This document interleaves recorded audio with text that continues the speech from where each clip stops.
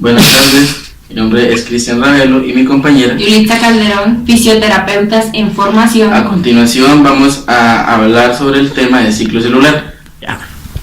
Bueno, el ciclo celular. Tenemos que el ciclo celular se divide en dos fases muy importantes. Tenemos la división celular y la interfase. Bueno, ¿qué es la división celular? La división celular es la formación de células hijas a través o por medio de células madres. Y la interfase es el crecimiento y el desarrollo continuo que se le da a la célula. Entonces, por eso son de vital importancia, debido a que ahí se desprenden todos los mecanismos celulares que mi compañera a continuación les va a explicar. Como les decía mi compañero, el ciclo celular se divide en dos etapas que son de suma importancia para el metabolismo interno de la célula. Ellas son la interfase y la división celular. En la interfase encontramos tres etapas: la etapa G1, etapa S y la etapa G2. En la división celular encontramos la etapa M, que se subdivide en cariocinesis y citocinesis. Cabe resaltar que en la cariocinesis hay cuatro etapas: la etapa profase, metafase, anafase y telofase. El proceso se muestra en la siguiente imagen. Ahora le explicaré cada una de las etapas del ciclo celular. En la etapa G1 hay síntesis de proteínas, hay un incremento del volumen celular y citoplasmático, y allí podemos encontrar el punto de control. Él actúa como semáforo regulando el paso de las células. Esto quiere decir que decide cuál entra y cuál no, dependiendo de la formación que éste contenga. En la etapa S hay replicación de ADN, síntesis de proteínas histónicas y duplicación de centriolos. En la etapa G2 se da el proceso de la fosforilación de las histonas H1, que ayuda en la formación de filamentos, y esta etapa ayuda al crecimiento de la célula. Ahora la división celular. En la etapa M, pues como les dije, hay una subdivisión que es en cariocinesis y citocinesis. Pues en la cariocinesis están las cuatro etapas. En la primera etapa, que es la profase, las cromátidas se condensan para formar cromosomas. Hay síntesis de proteínas y se da el uso acromático. Ahora en la metafase. En la metafase los cromosomas están bien condensados, el uso acromático es completo y los cromosomas están en el plano ecuatorial. En la anafase podemos decir que es la etapa de separación de las cromátidas por medio de los centriolos. En la telofase podemos decir que es antagónico a la profase, porque si en la profase los cromosomas estaban condensados, en este proceso los cromosomas se descondensan. Aquí también se puede decir que se reintegra el núcleo y también se reorganiza el núcleo. También podemos decir que en la cariocinesis la célula, su núcleo se divide en dos, y en la citocinesis la célula se divide en dos. En la citocinesis es la formación de un anillo de microfilamentos en la placa ecuatorial y se da en forma centrípeta. A continuación, mi compañero les dará una breve explicación acerca de las características de la mitosis y la meiosis. Bueno, como mi compañera les decía, a continuación les voy a hablar sobre los procesos de meiosis y mitosis en la célula animal y vegetal al mismo tiempo. Tenemos que la mitosis se divide en diferentes características fundamentales, como su contenencia en células somáticas. ¿Qué quiere decir esto? Las células que contienen este proceso no son sexuales, son todas las células que contienen nuestro cuerpo, excepto las sexuales o gonídicas. También tenemos que se efectúa un proceso homotípico. Este proceso lo que nos quiere decir, o lo que referencia, es que la cantidad y la forma histológica y fisiológica de las células es o se proporciona de igual manera que las células madre. En pocas palabras, pues las células hijas son productos de las células madre, y por ende sus características tienen la misma morfología e histología. También tenemos que se efectúan procesos ecuacionales. ¿Qué quiere decir esto? Que al contener las células madres o progenitoras 2 cromosomas, las células hijas solo van a tener la mitad. También tenemos que contienen 46 pares de cromosomas por cada célula. Esto se reduce a un término denominado que son células diploides. A continuación les voy a explicar sobre el proceso de meiosis. Bueno, la diferencia que tiene la mitosis y la meiosis es que sus células son gonídicas. ¿Qué quiere decir esto? Que sus células son sexuales, como por ejemplo los óvulos en la mujer y los espermatozoides en los hombres. También tenemos que es heterotípica. ¿Heterotípica por qué? Porque las células madres, al tener como producto células nuevas que son denominadas células hijas, no van a ser iguales. ¿Qué quiere decir? Que si en la mitosis las características de estas células eran iguales, en la meiosis no. Las células madres tienen rasgos diferentes y las células hijas pues obviamente van a tener no van a tener estos mismos rasgos. También tenemos que no es ecuacional. En este proceso ya es reduccional. ¿Qué quiere decir esto? Que mientras los cromosomas de las células madres estén elevados a un coeficiente variacional de 2, sus hijas también van a tener un coeficiente variacional de 2. ¿Por qué? Porque los procesos metabólicos ocurridos allí se tienen que manejar con igual cantidad energética, a diferencia de la mitosis, que hay un poco menos de gasto de este sentido de energía.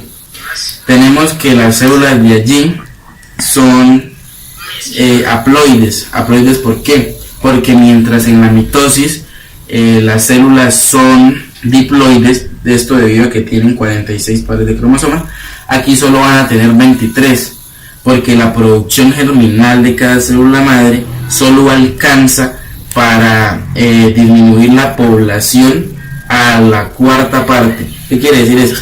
Que mientras la célula madre tenga 2 cromosomas, la célula hija va a tener al igual 2 cromosomas, con características diferentes, pero la misma cantidad.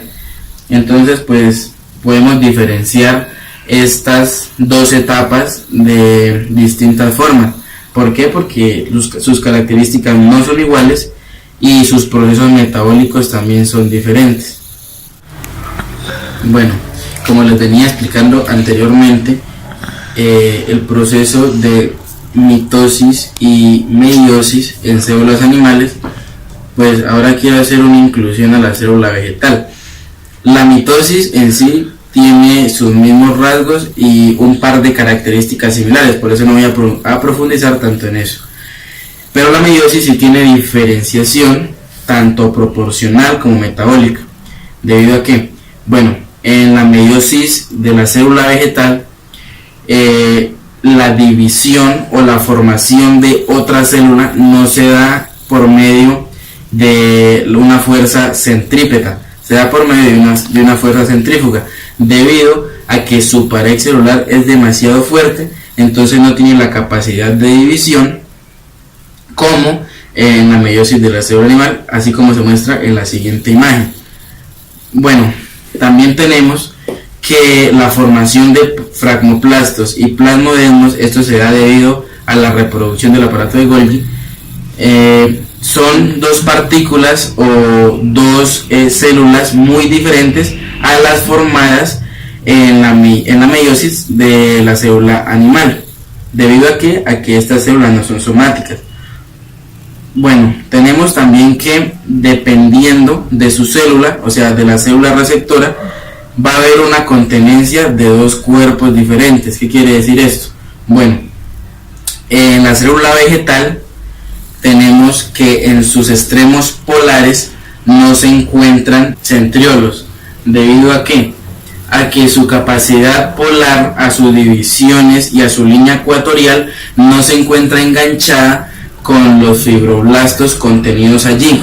Bueno, en cambio en la célula animal, en sus 2 extremos polares, tenemos que sí se encuentran los centriolos. ¿Debido a qué? A que su posición de las miofibrillas o de los microfilamentos de actina se encuentran dispuestos de una forma uniforme en el plano sobre una línea ecuatorial, que quiere decir que tienen una proporción igualitativa conjuntiva que les permite un desplazamiento igual, y que por eso su contenencia es muy importante, debido a que los procesos metabólicos y químicos manejados allí van a dar en conjunto el metabolismo completo de la célula. Entonces aquí tenemos otras dos diferencias importantes. ¿Cuáles son? Que en la célula animal encontramos que hay una fase astral, debido a que esta fase astral se da pues por lo que les venía explicando anteriormente, que está contenida por centriolos, mientras que en la célula vegetal hay una fase anastral, debido a que esta no contiene centriolos. Entonces son dos características muy importantes que cabe resaltar. Bueno, a continuación mi compañera les va a profundizar y les va a explicar un poco más sobre algunas etapas de la meiosis. Claro está, la meiosis se divide en dos etapas debido a su cantidad de cromosomas. Ellas son la meiosis 1 y meiosis 2. La meiosis 1 es reduccional y la meiosis 2 es ecuacional. En la meiosis 1 se subdivide en 4 etapas: profase 1, metafase 1, anafase 1 y telofase 1. Y la meiosis 2 se subdivide en 4 etapas: profase 2, metafase 2, anafase 2 y telofase 2.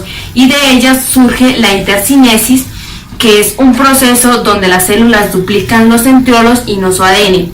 Cabe resaltar que la etapa más importante de este proceso es la profase 1, dado a que esta tiene unas características que la diferencian de las demás.